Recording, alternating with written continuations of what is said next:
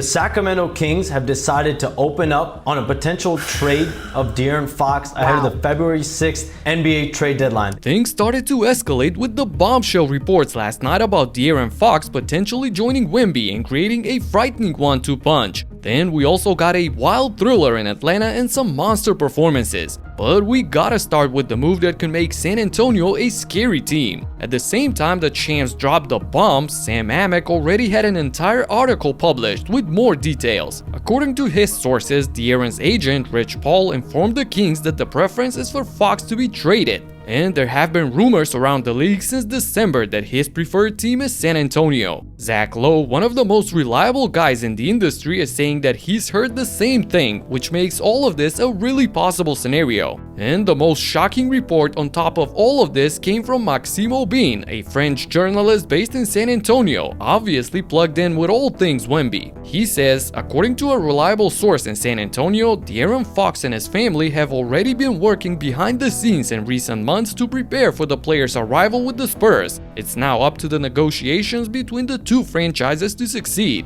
Wow, all of a sudden Twitter blew up. Kevin O'Connor then started making some mock trades suggesting a 3-team transaction as Sacramento could want proven players in package for Fox. So in this scenario, the Spurs would get Fox in return for John Collins, Colin Sexton, and 2 first-round picks, while Utah will end up with Keldon Johnson, Zach Collins, Kevin Huerter, and a bunch of picks. If Fox ends up with the Spurs, they may be an extremely dangerous opponent for one of the higher-seeded teams in the playoffs. These teams would not be too happy having to battle this duo. But more important than that, in the offseason, San Antonio could complete the roster and look dramatically better next year. And speaking of drama, Hawks vs Rockets turned out to be an absolute nail-biter. Though it started as a spectacle with Houston's freak athletes jumping out of the building. Landale to Thompson.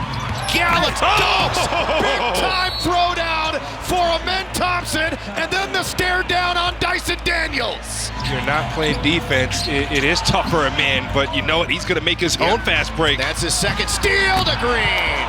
Goes back inside to Gay. Knocked away. Amen Thompson there at the rim. Green to Van Fleet. Back to Green. Climbs the ladder and punches it down. The Rockets put on a show in Atlanta with Jalen Green flying the highest of them all. But he has the flashy handles as well, and Larry Nance learned that the hard way. Oh my goodness! Oh! Nance just touched earth. Houston was in control of this game and even got a 16-point lead on this fast break by Jalen Green, who led his team with 25 points. But when you think it's all over, that's when the chaos begins. Oh, he's starting to miss now. Hawks need to get out and run. And cash in. Daniels lays it in. Let's go, Hawks! Here's Veet slashing down the middle, laying it in. Timeout, Houston. 7-point game. Minute and a half left. Trey fakes, lays it in. The Hawks went on an electric 15-2 run in a blitz to get right back into this game when tensions started boiling. Count the basket, the free throw to come. Uh-oh, and now we have words. Now we need people separated. Now we got security, and it's on here in the ATL. So after technicals for both teams and one free throw which Daniels made to cut the lead to just 2 points, the Rockets desperately needed a bucket to stop the bleeding, but Green missed the 3 and now Atlanta has a chance to go for the win. Another slip.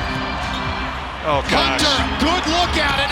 Around and out, and it plinkoed over the top of the backboard. He was wide open, had a great look to give the Hawks the lead, and he missed it. Wow, Hunter misses the 3, but then what happened here? I don't understand how you can fail to commit a foul on the last possession. Unreal. Houston is on a roll, winning 10 of its last 12 games. On the contrary, the Hawks are plummeting with 6 losses in a row. Meanwhile, Lakers fans had their hopes high for a 5th consecutive win against an injury-riddled Sixers team, but they stumbled upon some unexpected problems themselves early in the game. Step in, steal. Yabusele trucks his way to the rim. That's a man's jam. A French flush. Yabusele.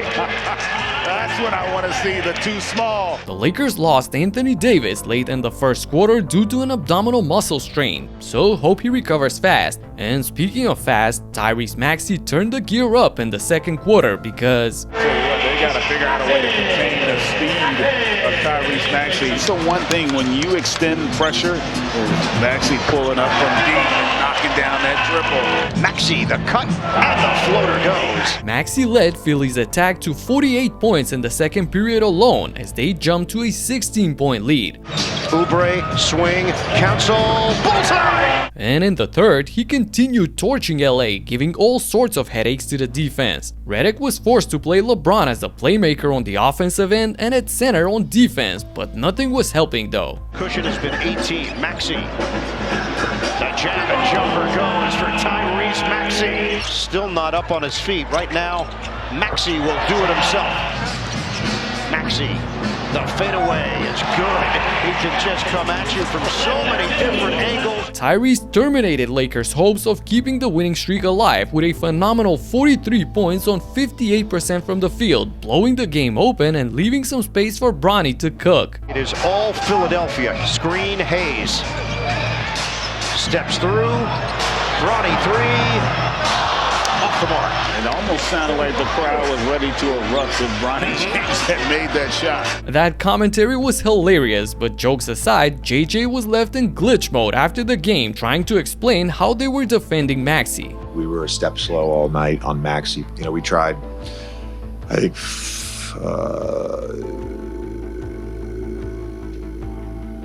5 different adjustments on him. In Portland, the master and the student met for a battle and the Bucks jumped to a 12-point lead in the second quarter, mostly thanks to Dame's 14 and Giannis's 21 points. But in the third period, Deni Avdija showed up and took over the game. I get it. Here's Avdija. And he hits again. Danny Boy with another 3-ball. That then the right hand then feels more comfortable. I don't know. That's a good theory right there. Avdija drives it. And he scores and won. Like Deni Avdija's his own version of the Giannis freight train. Deni scored 21 of his 30 points in the second half on 56% shooting, grabbing 9 rebounds along the way as well. Despite a 32-12 monster game from Giannis, he couldn't fight himself as Lillard was held to only 6 points on 2 for 7 shooting in his return to Portland. Anthony Simons and Donovan Clingan added some big plays at the start of the fourth quarter to boost the lead to 19, forcing Milwaukee to raise the white flag in this game. Oh, that's again. Wait, I think that was a shot. That's an assist. That's an assist, okay. We're giving him an assist. DeAndre Ayton had a solid game too with 21 points and 14 rebounds, helping his team to out-rebound Milwaukee 52-36, which turned out to be the difference in this game. And in San Francisco, playing without Steph, the Warriors looked to bounce back in a game against the Jazz, who were in full tanking mode, going out on the floor with their second unit. However, this turned into a battle of the guards, with Colin Sexton on one end and Schroeder and Podziemski on the other. Podziemski's 3. And there's the Warriors' first lead. Dribble over the top. Sexton, boy, just in rhythm. Colin dialed in with 23. He had 9 of 12 shots. Shot clock at 7.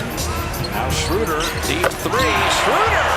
The Warriors duo was too much for Utah at the end, with 23 and 20 points respectively. Another decisive factor in this game were the 16 offensive rebounds by Golden State, which converted into a 25-4 advantage in second chance points. The Warriors are coming up to the surface as a strong candidate for Jimmy Butler recently, and in this video I broke down all you need to know about the trade deadline, so click right here and check it out. Talk to you in the next one. Peace out.